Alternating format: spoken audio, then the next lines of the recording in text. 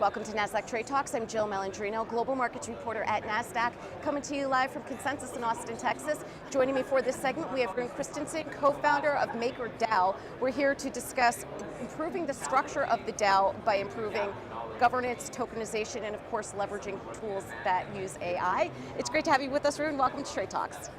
Glad to be here. All right, let's take a step back for a moment here and talk about how the entire Maker system works at a technical and economic level, and then we'll get into some of the changes that you're looking to make. Sure, so Maker is the world's largest decentralized stablecoin. So it's the third largest stablecoin if you compare it to Tether and USDC. So it's the third after them, right? There's 5 billion DAI in circulation. And it's generating around $300 million in revenue per year.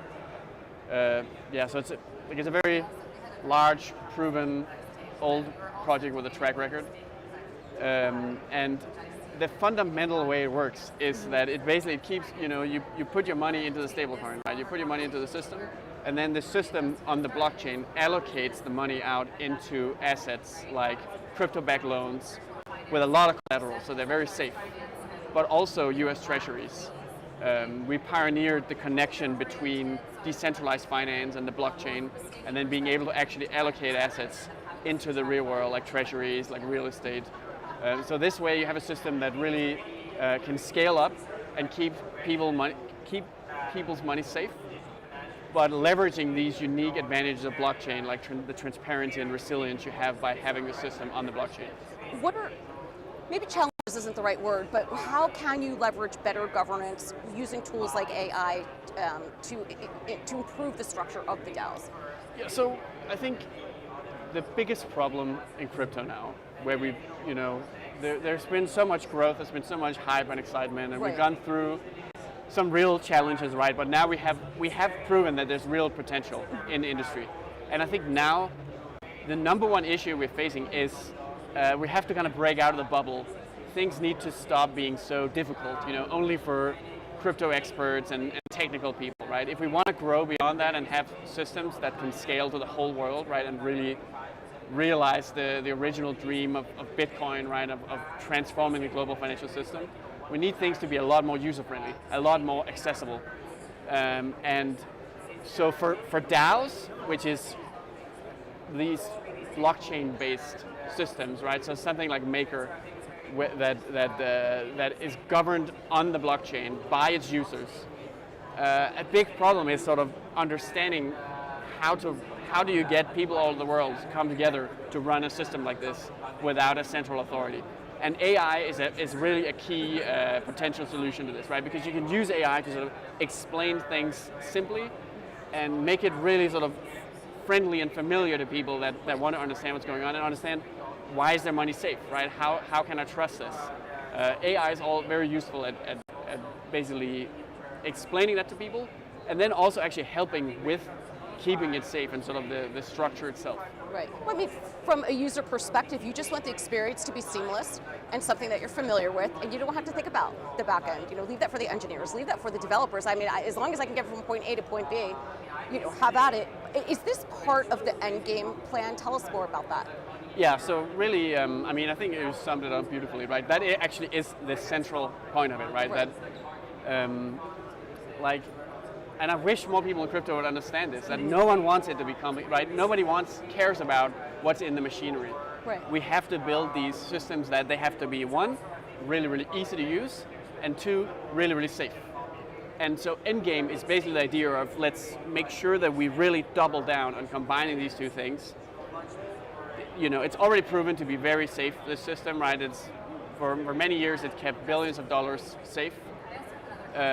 But like most other old crypto projects, it can really be improved when it comes to making it really simple to understand and making you, as a user, making it feel familiar, like other products you're used to using, right? Yeah. And this is how we go beyond the crypto bubble and we get out and we actually deliver all these amazing features and possibilities that what you can do with blockchain, what you can do with decentralized finance, the whole world should be benefiting from that. It's so interesting you bring that up. When you think about the ethos and the psychology behind blockchain and the uses with digital assets, it's really about decentralization and protecting data and privacy and so forth, and making sure people are fairly compensated.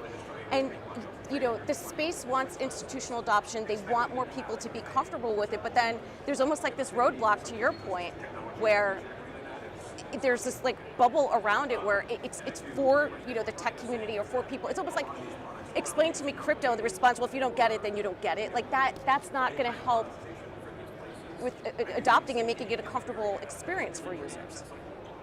Yeah, and I actually think that,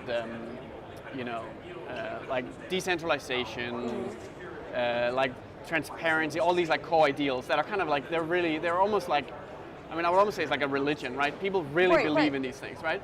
And and I'm one myself, so I got into this space because of decentralization and transparency, and we wanted to build a better system after the financial crisis, right? That's kind of that's the reason why people got into crypto when Maker started, right? When there was no money and it was just like no one believed in the technology. But if you want to go beyond the true believers, I don't think any of that stuff sort of matters as something you explain to people why it's interesting to them. I actually think, and this is kind of a key bet of Endgame, right? That the one real killer sort of killer app, killer feature that you can offer with crypto on a much wider scale than today is the ability to provide yield. Right? Yield is like something you can provide with crypto that is being adopted all over the world, right? It's built into the DAI stablecoin today, right? So there's billions of dollars are using the DAI stablecoin right now to get 8% in yield, all through this transparent protocol in the blockchain. Although it's actually unavailable for Americans, but for the rest of the world, everyone is accessing this all over the world. And I think this is the kind of feature that's like yield. I mean, getting a return on my money. Right. That's something that makes sense, right? And with Endgame, we basically want to take that and just make it even more accessible, right? You shouldn't have to be a genius to get the best yield in the market, right? It should be readily available to you, right? And then all the advantages like decentralization, resilience, security, these things should be sort of hidden under the hood. So the reason why you adopt it is because it's a great product. It's giving you the best user experience, it's easy to use, it gives you the best yield. But the security should also be there, right? It just has to be there under the hood. If it sounds too good to be true, is it too good? Is it safe? I think those are the questions. Perhaps regulators in the US, they want to understand that and what it means. And I feel like if you close the industry off, it's not helpful in conveying those messages. So I think it's encouraging to hear that you want to open that up and make it more accessible. Yeah, and I think also to the earlier point, I mean, one of the things that can really open it up and let people, if they want to, which by the way, most people don't, right? But if you want to really peer under the hood and have a look at what's going on, why is it safe? Where's the yield coming from? Using AI is really, I think, the best shot we have at making that sort of democratized, right? So that you can have a system, because like the conundrum is that if you want a product that is both really simple, but also really, really powerful, right? It does something that's really useful and really matters. You have to, it's not easy to do that under the hood, right? You have to build some really cutting edge technology. But you got to hide all that away, because otherwise it's way too, people won't trust it, right? They actually will think it's less safe, despite the fact that, I mean, all the advanced technology is what allows it to be possible to offer high yield and a stable coin that's pegged to the US dollar, right? Offer yield to everyone except Americans. All of these things, and keeping it all safe, keeping it all secure, making sure it doesn't suddenly blow up. And with AI, it will become increasingly possible to let regular people actually,